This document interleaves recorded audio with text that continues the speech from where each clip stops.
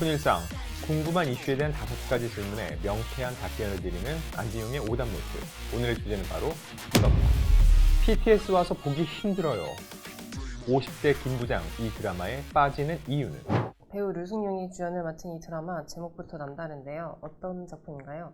자, 보세요. 서울 자가의 대기업 다니는 김부장 이야기. 17글자거든요. 사실 기자들 입장에서도 제목도 이게 쓰기가 쉽지 않아요. 그런데 이 드라마를 보면은 제목이 이럴 수밖에 없겠구나라는 생각이 들어요. 일단 원작이 있죠. 웹소설이 원작입니다. 원작 제목을 그대로 가져왔으니까 바꾸기가 쉽지 않다 할 수 있는데, 저는 그거보다 이 제목 안에 모든 게 다 담겨 있어요. 일단 요즘 부동산 정말 난리죠. 자가. 근데 그것도 서울에 있습니다. 그리고 무슨 일을 하냐? 대기업에 다닙니다. 그리고 직급은 부장. 부장 정도 되면은 일단 50대고요. 한 부서를 책임지고 있습니다. 굉장히 많은 짐을 짊어지고 있다는 거죠. 자, 누군가 봤을 때는 모든 걸 다 가진 것 같아요. 아니, 서울에 자기 집 있고 대기업 다니면서 월급 따박따박, 꽤 고연봉이고, 게다가 부장 직급을 갖고 있는데 뭐가 아쉬워할 수 있죠. 여기에 이 김 부장은 하나 더 있습니다. 아들이 하나 있는데 이 아들이 스카이 대학에 다니고 있습니다. 정말 남부러울 것 같지 않죠? 그런데 속내를 들여다보면은 김 부장의 삶은 그다지 윤택하지 않습니다. 근데 많은 사람들의 삶이 그렇거든요. 남들이 볼 땐 번듯하고 그럴듯해 보이는데 막상 그 속내를 들여다보면은 정말 썩어가고 있고 미칠 것 같고 아침에 눈 뜨기 싫고 이런 일이 있다는 거죠. 바로 이런 부분에 대해서 김 부장이 파고들고 있는데, 이런 것들 때문에 사람들이 와, 진짜 내 얘기 같다, 현실감 넘친다 라는 반응을 보이고 있는 겁니다. 50대 김 부장의 모습이 현실적이라는 반응이 많은데 구체적으로 어떤 장면들이 있나요? 자, 이건 제가 PD님도 한번 들어보세요. 지금 PD님이 일하는 부서의 부장이라고 생각하지 마시고 일반적으로 주변 사람들이 얘기하는 부장. 자, 사람들이 부장이 커피 한 잔 해요 라고 얘기합니다. 그러면은 야, 무슨 매번 카페를 가? 탕비실에 가면은 믹스 커피 있고 캡슐 다 있는데 커피 한 잔 뽑고 옥상 가자. 자, 이게 첫 번째입니다. 또 하나 장면은 후배들이 뭔가 문서를 다 만들어서 보내려고 하는데, 부장님 정말 저희가 그냥 보내도 돼요? 확인 안 하셔도 돼요? 하다가 야, 한번 보자. 왜냐면 위에 상사들이 본다고 하거든요. 그러더니 너희가 잘했으면 내가 안 바빴겠지 라고 얘기를 하고요. 실수한 부하 직원이 해명을 합니다. 근데 김 부장 귀에는 이게 변명으로 들려요. 그래서 그냥 좀 죄송합니다 하고 끝내자, 뭐 그렇게 말이 많냐 라고 얘기를 한다는 거죠. 이걸 보고 사람들이 김 부장의 모습이 내 얘기 같다 인 동시에 이 후배 직원들이 상사 대하는 모습을 보면서 정말 내가 현실에서 겪고 있는 일 같다라는 얘기를 합니다. 또 하나 있어요. 이 50대 김 부장도 친구들이 있겠죠. 술자리에서 만났어요. 김 부장 같은 경우는 대기업 다니고 임원 진급을 바라보고 있으니까 주변에서 놀리면서도 부러워합니다. 근데 맨 마지막에 정말 모자 푹 눌러 쓰고 슬리퍼 질질 끌면서 한 친구가 와요. 오자마자 앉더니 음식을 막 허겁지겁 먹어요. 그러니까 김 부장이 얘기를 합니다. 야, 너는 옷차림 그게 뭐냐, 그 나이 먹고. 그러니까 이 친구가 미안 세입자 한 명이 골치 아프게 하네 라고 얘기해요. 세입자 무슨 얘기지? 얘기를 하니까 대수롭지 않게, 왜 있잖아, 나 건물 하나 샀잖아, 8층짜리고 월세만 3천만 원이라고 합니다. 김 부장이 깜짝 놀라는 거죠.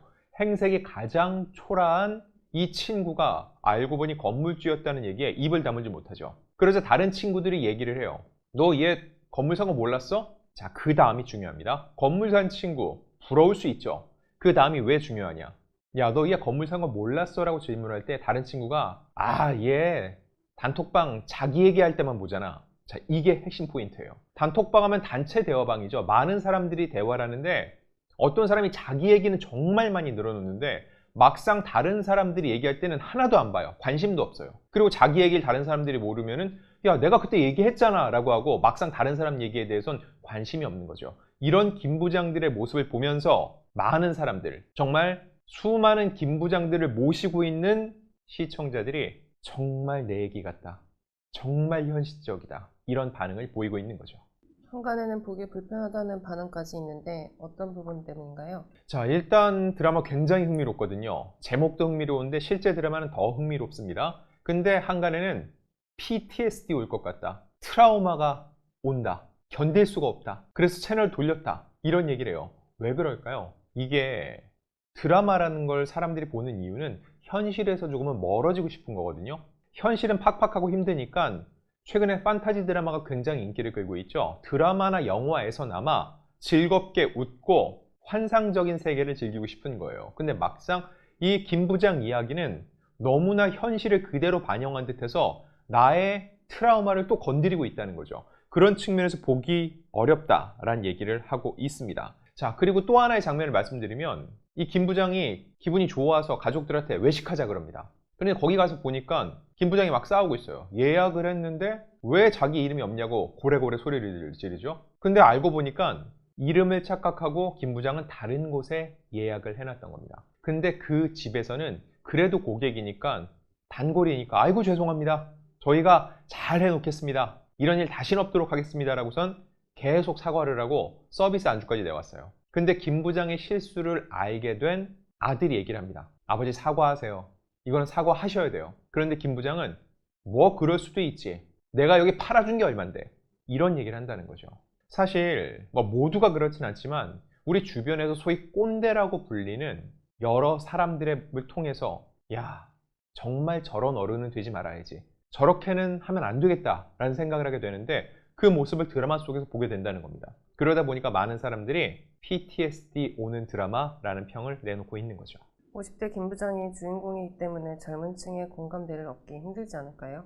이 부분도 전 충분히 이해가 됩니다. 시청률이 현재 나쁘지 않아요. 근데 3%에서 아직 4%를 뚫지는 못했거든요. 이거는 시청층이 초반에 확 늘어나지 않고 있다는 얘기입니다. 그 얘기인즉 50대 이상들한테는 정말 내 얘기 같고 이렇게 남들은 꼰대라고 하지만 실제로 난 이렇게 힘들어라고 하는 데에서 공감대를 얻는데 젊은 층이 바라볼 때는 뭐야 저러니까 이해하라는 거야? 라고 받아들일 수 있다는 거죠. 그래서 중요한 거는 아들의 이야기입니다. 여기서 아들은 스카이를 다니지만 아버지 같은 삶을 꿈꾸진 않아요. 아버지가 본인의 롤모델이 아니라는 거죠. 그 와중에 스타트업을 운영하는 동년배들을 만납니다.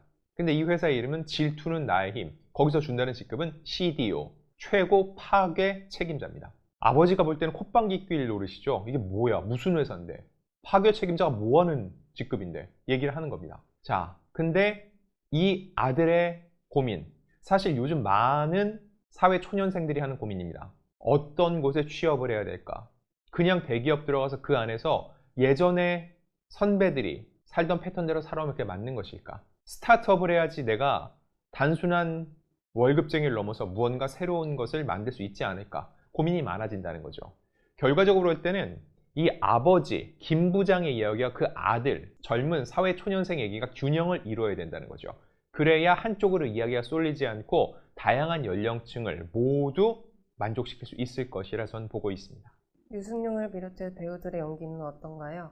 저는 배우들이 정말 많이 살리고 있다고 생각을 합니다. 류승용 씨 같은 경우는 원래도 코믹 연기에 굉장히 능하죠. 천만 영화만 2편입니다. 7번 방의 선물, 그리고 극한 직업. 이번에도 마찬가지예요. 때로는 꼰대 같은데 또 한편으로는 그 안에서는 슬슬 후배들 눈치도 보고 아내 눈치도 보고 그런 소심한 가장의 모습이 엿보이면서 연민을 느끼게 합니다. 이게 굉장히 중요해요. 주인공은 김 부장입니다. 근데 김 부장은 꼰대예요. 꼰대는 통상적으로 부정적인가요? 긍정적인가요? 부정적이죠. 근데 주인공이 비호감이면 그 드라마는 실패합니다. 결과적으로 주인공이 매력적이어야 되고 그 주인공에게 공감대를 형성할 수 있어야 성공할 수 있다는 거죠. 근데 그 어려운 걸 류승용 씨가 해내고 있다는 거죠. 그 외에도 보면은 아내 역을 맡은 명세빈 씨도 정말 젊은 시절의 그 청순한 이미지보다는 삶에 지친 아내의 모습을 잘 보여주고 있습니다. 그 외에도 보면은 뭐 도부장이라든지 송과장이라든지 대리, 사원 각각의 직급이 다 있는데 그들이 각각 자신의 직급에 맞는 고충을 토로하고 눈치를 보고 그 와중에도 자신의 것을 챙기기 위해서 노력하는 모습들이 굉장히 생생하게 그렸습니다. 자, 근데 여러분 생각해 보세요. 젊은 층, 요즘 10대, 20대, 30대, MG, 이제는 알파 세대까지 나갔죠. 근데 역대 가장 반항적이고 기존 사회의 질서에 반하는 세대는 언제였을까요? 바로 X세대였습니다. 근데 보세요. X세대는 1990년대, 오렌지족이라 불리기도 했죠. 1990년대에 20대였던 X세대는 지금 몇 살일까요? 정확히 50대입니다. 즉, 이 드라마 속 주인공 김낙수 부장은 30년 전에는 X세대의 한 명이었다는 거죠. 물론 각각의 가치관은 달랐겠지만 적어도 그 X세대들이 문화를 주도한 그 시대를 관통해온 인물이라는 거예요. 그런 사람이 30년이 지나서 이제는 아래 세대들에게 꼰대라 불리고 있습니다. 이게 굉장한 아이러니죠. 결국 지금은 정말 독창적이고 주관적이고 독립적이라는 이 알파 세대, Z 세대, M 세대 역시 20, 30년이 지난 후에는 또 다른 후세대가 볼 때는 또 꼰대라는 거죠. 이게 반복이라는 거예요. 결과적으로 이 50대 김부장, 이 드라마는 한때는 뜨거운 청춘이었지만 지금은 50대 꼰대가 돼버린 한 남자를 중심에 두고 현 세대 전체를 풍자하고 또 꼬집고 있다고도 볼 수 있습니다. 아직은 4회까지밖에 방송이 안 됐는데 향후 더욱더 흥미로운 전개가 예상되는데 과연 어떤 이야기가 펼쳐질지 저희가 추후에도 또 한번 따라붙어 보겠습니다. 안지용의 오답노트, 다음엔 더욱더 즐겁고 유익한 이야기로 돌아오겠습니다.